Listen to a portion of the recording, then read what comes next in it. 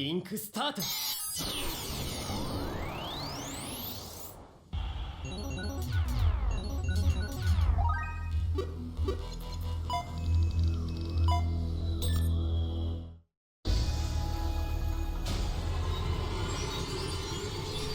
So, how close are we to that? To laying down, closing our eyes, and playing a 1000% immersive world. Okay, well, when our brain is in an environment, it takes in information about that environment and sends it to our senses, right? Like light fields into our retinas or sound into our ears. Well, what about when there's no environment to take in, like when we have our eyes closed? Well, when we're sleeping, the brain displays information in the form of dreams. And for a technology to emulate a full dive experience like SAO and even The Matrix, I think it would need to work in tandem with the brain, taking in certain signals, thoughts like moving arm to slash sword, while also creating new signals like environmental data to send directly to our brain. In other words, it would be like having two brains, one that is you and another that is creating and sending information to you via sight, smell, taste, touch, and sound. Via sight, touch, taste, smell.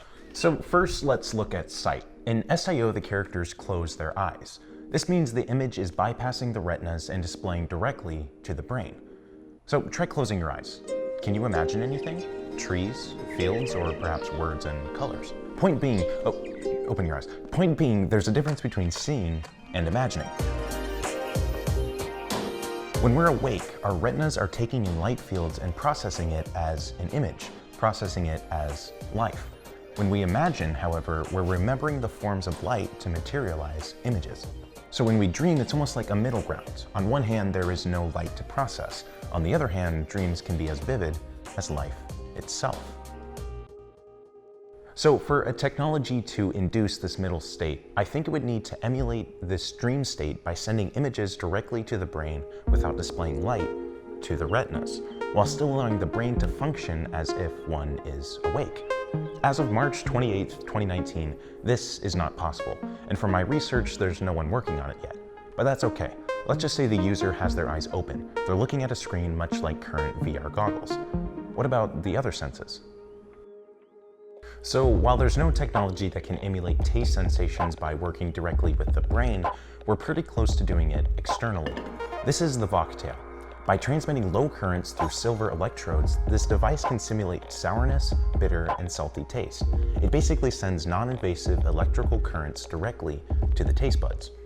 Now, say if you pair this with colors that the brain typically associates with flavors like red for sweetness, yellow for sour, and white for saltiness, along with aromas from a device like the Nautilus Rift. In the future, one can imagine drinking digital bread and eating digital wine on a digital hillside after a hard day's work, clearing the hidden dungeon.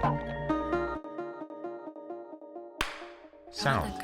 Okay, so the answer to this one is obviously pretty simple. Earbuds. But what if we don't want to put something in the ear? Well, I got these things. These are bone conductivity earbuds, and they work by essentially vibrating the jawbone to transmit sounds to the eardrums.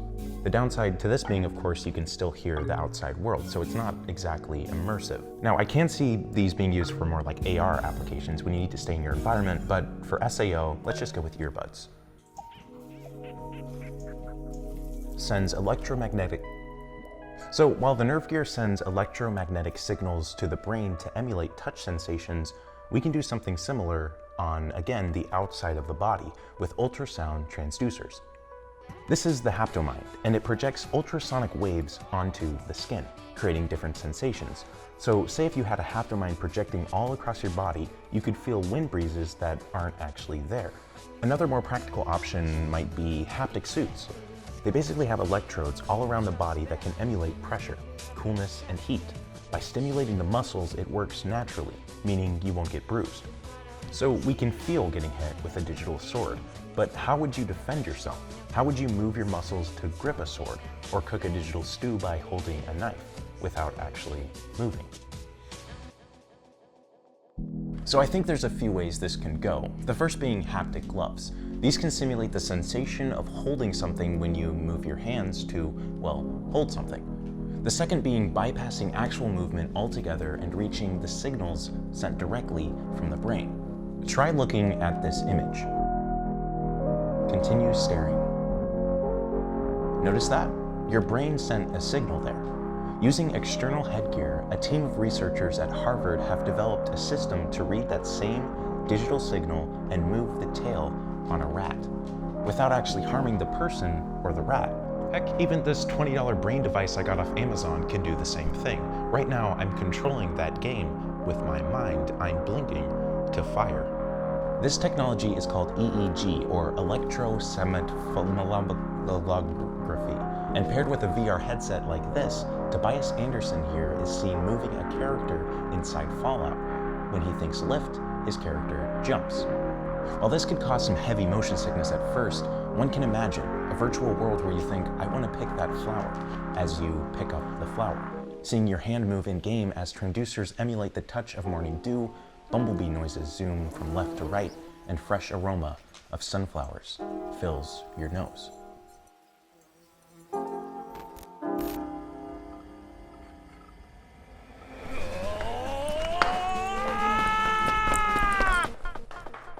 But what of the dark side?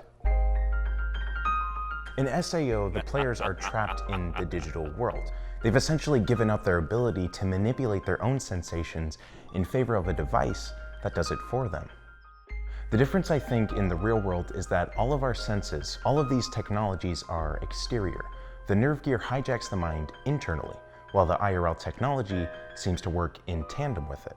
So on one hand, full dive VR may give developers more and more control to make their experiences more addictive. What we've seen with social media, but times 100.